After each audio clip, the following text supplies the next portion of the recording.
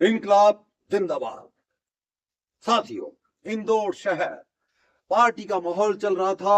एक फ्लैट में 4-5 दोस्त पार्टी बना रहे थे।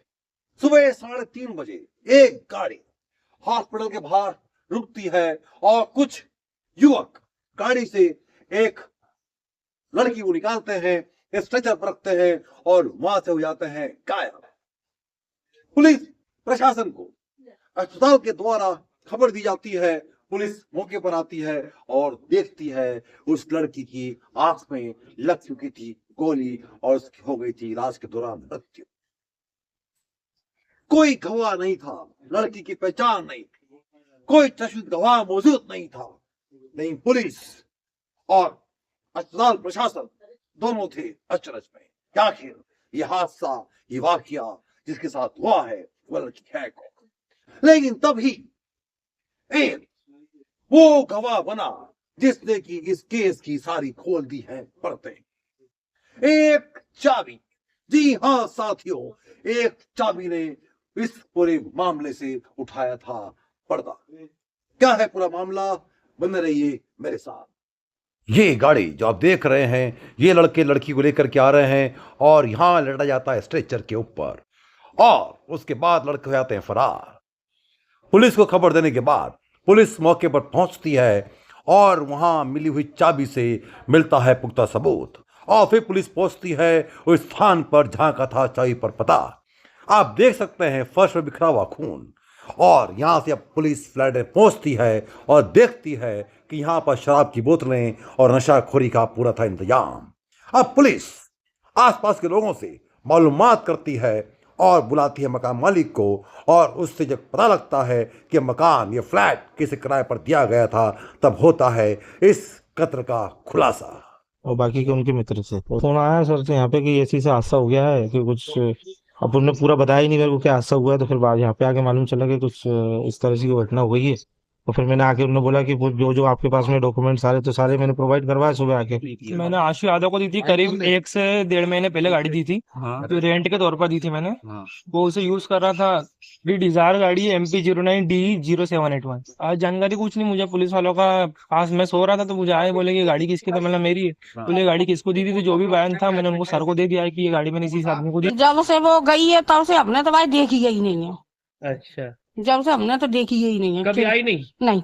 मकान मालिक के द्वारा जिसको फ्लैट किराए पर दिया गया था उसका पता मालूम करने के बाद पुलिस अभी तक 5 में से 2 अभियुक्तों को गिरफ्तार कर चुकी है और उनसे मिली जानकारी के मुताबिक लड़की जो है ग्वालियर की थी और यहाँ इंदौर में ब्यूटिशियन का कोर्स सीखने के लिए आई थी। लड़की के माँ बाप 10 साल पहले एक दुर्घटना में एक्सपायर हो गए थे, उनकी डेथ हो गई थी और वो अपनी दादी के पास कुछ दिन तक रही। लेकिन उसके बाद उसने वहां पर किसी युवक से कर ली थी शादी और उसके बाद से उसके घर वालों ने उस लड़की से और लड़की ने अपने घर वालों से तोड़ लिया था रिश्ता। सूर्या देवी है, मिलिट्री हॉस्पिटल में नौकरी करती थी लेकिन अब रिटायर्ड हो गई है। घटना हुई है उसके साथ में, कहा जा रहा है दोस्तों के साथ में पार्टी हो रही थी, उस दौरान गोली चली, गोली उसके लग गई और आज उसकी डेथ हो गई, मृत्यु हो गई। मैं क्या बताऊं सर, कैसे हो गई, कौन था? मैं तो ज्यादा बात भी नहीं करती थी सर, घर वालों के मारे। अभी 3-4 महीने बस ये बोला कैसी है मरने की, बस उसके अलावा और कुछ नहीं। आपकी बात होती थी तो पूछती थी कि किसके साथ रहती हो, कहाँ रहती हो, क्या बताती थी? कई बार मैंने पूछा, उसने कुछ नहीं बताया। क्या पूछा आपने? मैंने बेटा कहाँ रहती है, कैसे हैं वो घर वाले, कभी नहीं बताया। काट देती थी फोन। अच्छा, ये भी नहीं बताती थी कि कहाँ रहती हूँ, किसके साथ रहती हूँ? बार बताया था कि दिल्ली में रहती हूँ। तो अगर उसकी बॉडी आपको दी जाती है तो उसकी बॉडी आप लेंगे या नहीं? मैं नहीं ले रही सर, मेरा लड़का मुझे घर में से निकाल देगा। जब वो जिंदगी पे नहीं बात करने देता तब हमारे पे कौन करेगा? मेरे को निकाल देगा। एक दिन मैं बात कर रही थी तो मेरे मोबाइल तोड़ के फेंक दिया। मेरा आदमी भी नहीं करने देता बात। तो मैंने अपना दूध पिलाया था उसको, मेरे को दूध आ गया था तो मैं 2 बात कर लेती थी। जब पूछने की कोशिश करती थी काट देती थी फोन। तो आप देख सकते हैं ये वही घर है और ये दादी है। दादी ने जिस तरह से उसका पालन पोषण किया था, लेकिन जब वो किसी के साथ चली गई थी तब से वो नाराज थे, परिवार के लोग नाराज थे। लेकिन जब भी वो उससे बात करते थे लेकिन वो बताती नहीं थी। जो रेंटेड ये फ्लैट है, यहाँ पे कुछ लोग बॉयज वगैरह पार्टी कर रहे थे और उनके साथ में कुछ इशू हुआ होगा अंदर, तो जो लड़की थी उसके ऊपर फायरिंग हुई, मतलब उसको गोली मारी या स्वयं ने उसको मार ली तो भी क्लियर नहीं है। बट वो लोग उसको हॉस्पिटल लेके गए और हॉस्पिटल से फिर पुलिस को इन्फॉर्मेशन मिली, और इस की में यहाँ का फ्लैट का एड्रेस लिखा हुआ था, तो उसी से पुलिस को क्लू मिला कि इस फ्लैट की जानकारी मिली जो घटना का सीन है। तो यहाँ पे पुलिस पहुंच के तब से इसको कॉर्डन ऑफ कर लिया गया है और इन्वेस्टिगेशन जारी है। जो बॉम्बे हॉस्पिटल में इलाजरत थी, इलाज के दौरान में उसकी मृत्यु होने की सूचना प्राप्त हुई, जिसमें विधिवत मर्ग पंजीबद्ध किया गया है।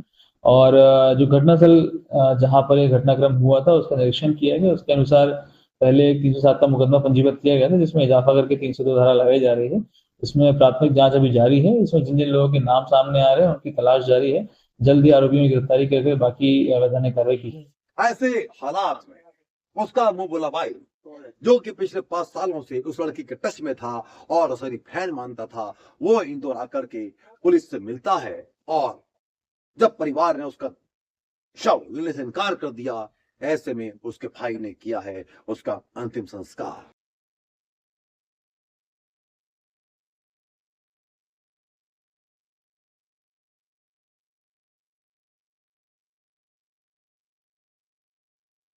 और पुलिस जांच में जुटी है और अभी तक जो जांच सामने आई है उसके मुताबिक लड़की काफी ज्यादा नशे में थी और वो उसी अवस्था में अपने घर जाने की जिद कर रही थी, तभी उसके साथ में मौजूद एक लड़के के द्वारा चला दी गई थी गोली, जो उसकी आंख में लगी और उसकी हो गई थी मृत्यु।